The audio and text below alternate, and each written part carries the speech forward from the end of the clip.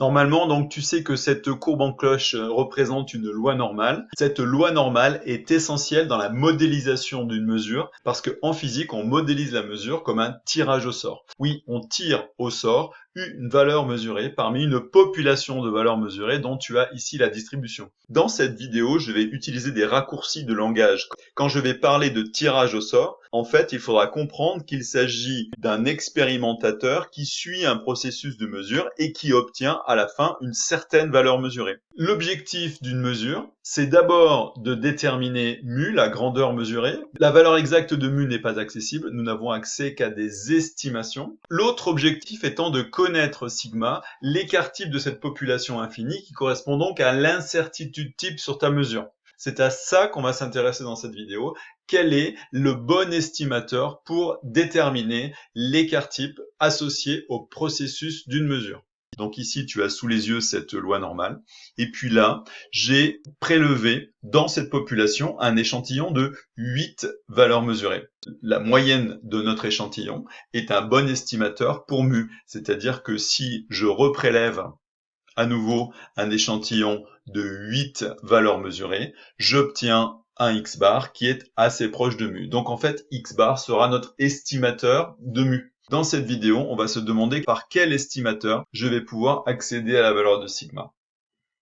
La première chose à faire serait peut-être d'aller interroger la relation qui lie sigma à mu. Cette relation est la suivante. Que faut-il faire pour appliquer cette formule? D'abord, il faut tirer au sort des xi et calculer pour chacune des valeurs mesurées l'écart avec la grandeur mesurée.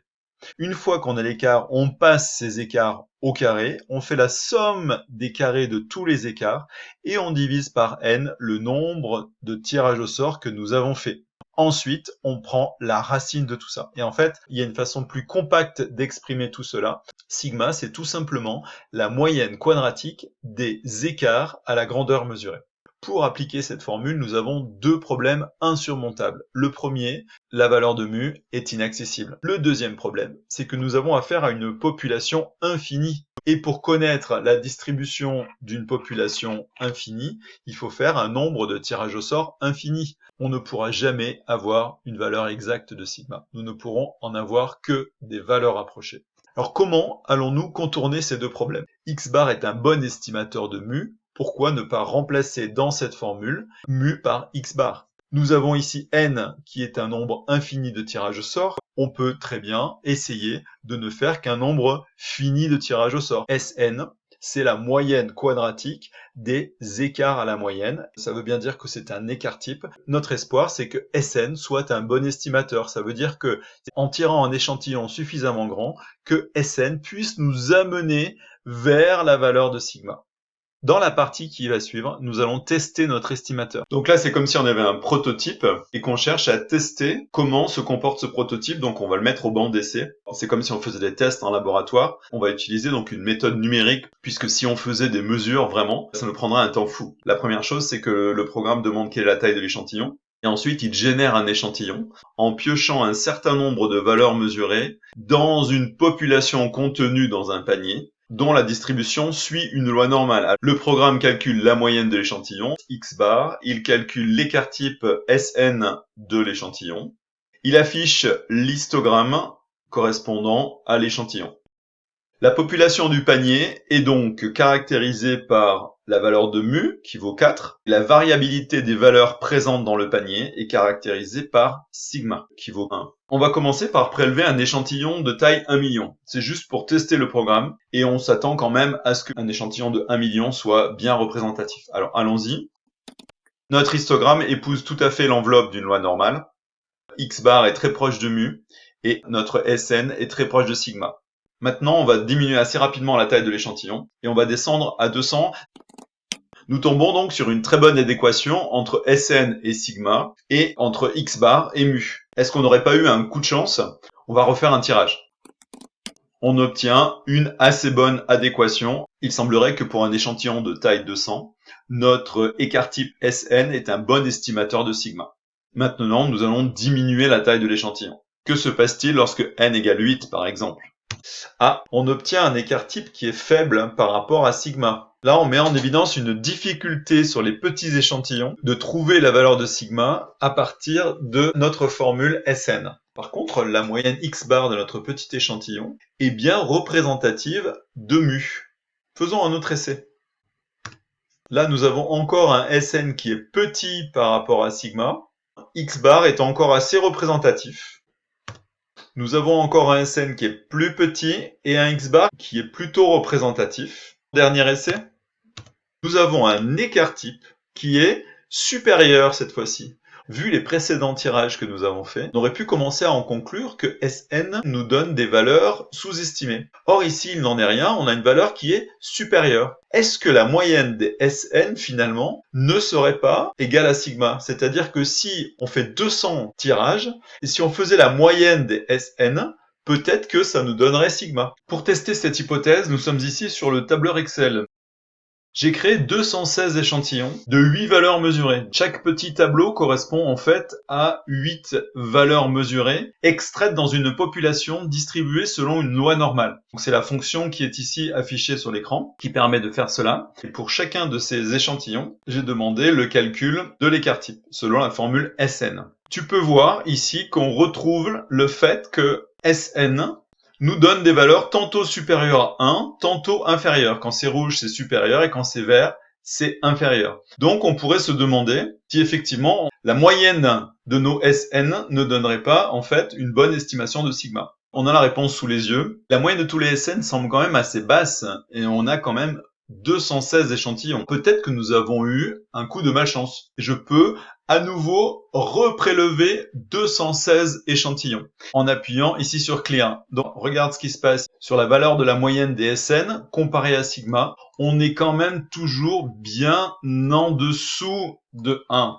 On peine à avoir une valeur moyenne, si peut-être, voilà, on a une valeur moyenne autour de 0,9. Nous pouvons être sûrs maintenant que notre estimateur Sn n'est malheureusement pas le bon. Notre estimateur Sn comporte un biais. La moyenne des Sn ne converge pas vers la valeur de sigma. On a beau essayer et recommencer et reprendre des échantillons, on n'arrive pas à aller à la valeur de sigma. On tape à côté. Par contre, X bar est un bon estimateur de mu. Il n'y a pas de biais sur X bar. Il y a par contre un biais sur Sn. Et ce biais, nous allons chercher à le corriger. On aurait pu subodorer le fait que la moyenne des Sn risquait de ne pas converger vers sigma. Pourquoi? Dans la formule de sigma, tu as mu. Et mu est une valeur qui n'est pas calculée à partir des xi. Alors que là, en bas, nous avons un X bar, qui est un bon estimateur de mu, d'accord, mais qui est calculé à partir des XI, c'est-à-dire tu vas tirer un échantillon, dans cet échantillon il va y avoir des XI, et tu calcules donc un X bar. Et en fait, le X bar dépend des XI que tu tires. Le biais, il vient du fait qu'on calcule un estimateur à partir d'une formule qui contient déjà à l'intérieur un estimateur. Donc on comprend bien qu'à un moment donné, ça peut dévier. Si la moyenne des Sn ne tend pas vers sigma, alors vers quoi elle tend? C'est à cette question qu'on va essayer de répondre dans la suite. Et nous allons voir que la réponse à cette question va nous permettre d'obtenir un meilleur estimateur de sigma que Sn. Voilà le départ que je te propose. On peut démontrer en mathématiques que la moyenne des Sn au carré tend vers n-1 sur n fois sigma carré, la formule que tu as sous les yeux. Alors qu'est-ce que j'entends par tendre vers? C'est-à-dire que je prélève un nombre très très grand d'échantillons. À chaque fois, je calcule le Sn, je calcule les Sn au carré, je fais la moyenne des Sn au carré, et on peut démontrer en mathématiques que cette moyenne, elle tend vers ce que tu as sous les yeux. Nous cherchons un estimateur de sigma, et non pas de sigma carré. Et là, tu vois qu'il y a du sigma carré. Donc en fait, qu'est-ce qu'on va faire? On va prendre la racine. Racine de la moyenne des Sn au carré tend, elle, vers racine de n-1 sur n fois sigma. La racine carrée de la moyenne des Sn au carré, c'est la moyenne quadratique des Sn. La moyenne quadratique des Sn tend vers la formule que nous avons ici. On a calculé une moyenne tout à l'heure sur Excel, c'était des moyennes de Sn. Est-ce qu'il y a un lien entre la moyenne arithmétique utilisée habituellement et la moyenne quadratique? Il existe ce lien, mais ce lien est un lien d'inégalité. C'est que la moyenne quadratique est toujours supérieure ou égale à la moyenne arithmétique. Quand est-ce que c'est égal? Eh bien, quand tu as une série de données qui est composée de valeurs toutes égales. À ce moment-là, c'est égal. Par exemple, quand tu obtiens dans un trimestre 3 notes, 10, 10 et 10, ta moyenne arithmétique, c'est 10. Ta moyenne quadratique, c'est 10 aussi. Regarde comment on la calcule, hein. C'est la moyenne des carrés. Donc, je somme les 3 carrés et je divise par 3 et j'en prends la racine. Ça, c'est la moyenne quadratique. Quand tu as des valeurs qui sont égales dans la série de données, eh bien, on a une égalité entre la moyenne quadratique et la moyenne arithmétique. Que se passe-t-il quand tu commences à avoir des petites différences? Par exemple, imagine que tu as, comme note trimestrielle, 12, 8 et 10. Bon, en moyenne arithmétique, ça te fait 10 de moyenne dans le trimestre. Qu'est-ce que ça donne en quadratique? Tu vois que ça fait quelque chose qui est proche de 10, mais un tout petit peu supérieur. Qu'est-ce que ça donne si ces données s'écartent entre elles? Par exemple, imagine que tu aies 16, 4 et 10. En moyenne quadratique, ça donne quoi? Ça donne 11. C'est une manière de calculer la moyenne qui donne plus de poids au fait que tu puisses avoir quand même 16 dans le trimestre, même si tu as pu avoir 4. Plus il y a d'écart entre les données, plus il y a d'écart entre la moyenne arithmétique et la moyenne quadratique.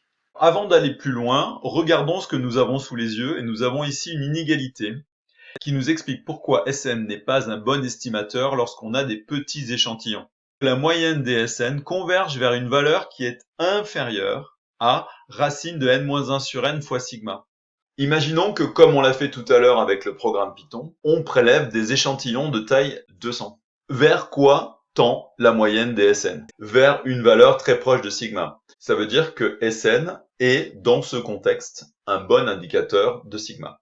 Mais imaginons maintenant que tu prélèves des échantillons dont la taille diminue. Des échantillons où il n'y a plus que 8 valeurs mesurées. À ce moment-là, racine de 7 sur 8, donc racine de n-1 sur n, s'écarte légèrement de 1, et donc la valeur vers laquelle tend la moyenne des SN va aussi s'écarter de sigma. Et grâce à cette formule, il est inutile de faire des tests. On sait par avance que plus n va diminuer, donc plus tu vas prélever des échantillons petits, plus SN sera un mauvais indicateur. Par exemple, pour des échantillons de taille 4, tu vas avoir racine de 3/4 qui va intervenir dans le calcul, et racine de 3/4, ça fait 0,866. Et donc, ça s'écarte notablement de la valeur 1. Maintenant, ce que nous allons chercher à faire, c'est d'essayer d'obtenir un meilleur estimateur que SN pour des petits échantillons. C'est là que nous allons prendre quelques libertés avec le formalisme mathématique. Tu vois ici, je vais utiliser cette notation pour dire que la moyenne des SN tend à peu près vers racine de n-1 sur n fois sigma. Voici donc notre nouveau point de départ. Mais attention, il faut toujours garder en tête que cette moyenne converge vers une valeur qui est inférieure à cette formule. Qu'est-ce qu'on cherche? On cherche un estimateur qui tend vers sigma et non pas vers racine de n-1 sur n fois sigma. Donc qu'est-ce qu'il faut faire? Il faut se débarrasser de cette racine. Pour se débarrasser de cette racine, il faut multiplier de chaque côté cette pseudo-égalité par racine de n sur n-1. Et donc en faisant cela, on supprime à droite le racine de n et le racine de n-1. Cette manipulation nous permet d'avoir quelque chose qui tend vers sigma. Nous, ce qu'on veut trouver, c'est la moyenne d'un estimateur qui tend vers sigma. On ne veut pas trouver un coefficient multiplié par la moyenne d'un estimateur qui tend vers sigma. Mais il y a quelque chose qu'on peut remarquer d'intéressant. Imagine que ce coefficient vale 2. Une façon de doubler sa moyenne, c'est aussi de multiplier chacune de ces notes par 2. Si ce coefficient multiplié par la moyenne des SN tend vers sigma, alors la moyenne de ce coefficient fois chacune des valeurs de SN tend aussi vers sigma. Et là, nous avons quelque chose qui commence à ressembler à l'estimateur. On connaît l'expression de SN et nous allons remplacer SN par son expression, la moyenne de notre nouvel estimateur qui tend bien vers sigma. Qu'est-ce qu'on remarque dans cette expression? Eh bien que les n se simplifient.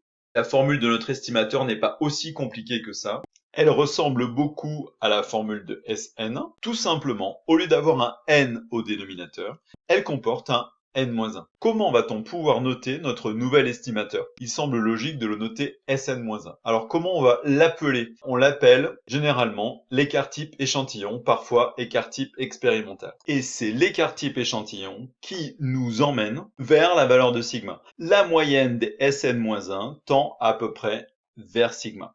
Et maintenant, pour montrer qu'on a bien avancé, revenons sur le comportement des SN. Nous avons dit que la moyenne des SN, elle, tendait à peu près vers une valeur qui peut s'éloigner de sigma lorsque l'échantillon devient plus petit. Ça veut dire que les SN sont des mauvais estimateurs de sigma pour des petits échantillons, alors que les SN-1 sont meilleurs. Mais attention, nous avons ici une nuance. La nuance est que la moyenne des SN-1 tend vers une valeur qui est inférieure ou égale à sigma. Cela veut dire que les SN-1 restent quand même un estimateur imparfait de sigma. Passons en quelque sorte de la théorie à la pratique et comme tout à l'heure, mettons au banc d'essai notre estimateur SN-1. Donc l'idée ici, c'est de reprendre le même fichier que tout à l'heure, mais de faire une comparaison entre les SN et les SN-1. Donc nous avons toujours 216 échantillons de 8 valeurs mesurées que nous tirons dans une population qui obéit à une loi normale, avec un mu qui est égal à 4 et un sigma qui est égal à 1. Ici, l'idée, c'est de comparer le comportement des SN-1 avec le comportement des SN. Ici, sur cette partie de l'écran, nous avons les rappels de ce que nous avons vu tout à l'heure. La moyenne des SN-1 est censée converger vers une valeur un peu plus petite que 1, et la moyenne des SN est censée converger vers une valeur un peu plus petite que 0,935. Observons le comportement de nos deux estimateurs. Nous voyons qu'effectivement, le comportement attendu est bien vérifié. SN-1 est en moyenne un meilleur estimateur que SN. Mais attention, cela n'empêche pas localement SN d'être un meilleur estimateur que SN-1. Par exemple, ici, nous avons un SN qui est plus près de sigma que le SN-1 de l'échantillon. Mais ici, nous parlons de comportement moyen. Qu'en est-il si on prend des échantillons plus petits, notamment n égale 4? Alors, si on prend n égale 4, nous avons ici un premier tirage au sort, et nous avons SN-1 qui n'est pas très bon, mais SN est pire sur ce coup-là. Si nous avons encore le rappel théorique, nous voyons que à chaque fois, les SN-1 ont un meilleur comportement que les SN en moyenne, mais il est possible, localement, de trouver par exemple ici un SN-1 qui est moins bon qu'un SN. SN ici est plus proche de sigma, mais en moyenne, encore une fois, les SN-1 ont un comportement qui est meilleur que les SN. Quelles sont les applications pratiques de ce que nous venons de voir? La première chose, c'est qu'en physique, on utilise l'écart type échantillon pour estimer l'incertitude type U de X. Les simulations que nous venons de faire nous montrent que notre estimateur est imparfait. Il est donc nécessaire d'arrondir la valeur de SN-1 obtenue pour présenter l'incertitude type U de X. Et cet arrondi ne doit pas comporter plus de 2 chiffres significatifs. Par exemple, si tu obtiens un SN-1 par le calcul qui a cette valeur-là, l'incertitude type sera donnée égale à 0,014 cm.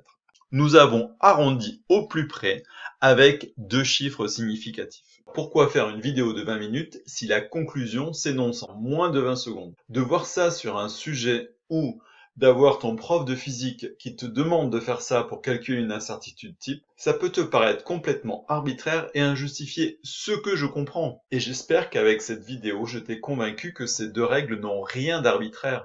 Elles plongent leurs racines dans l'application des statistiques à la variabilité de la mesure.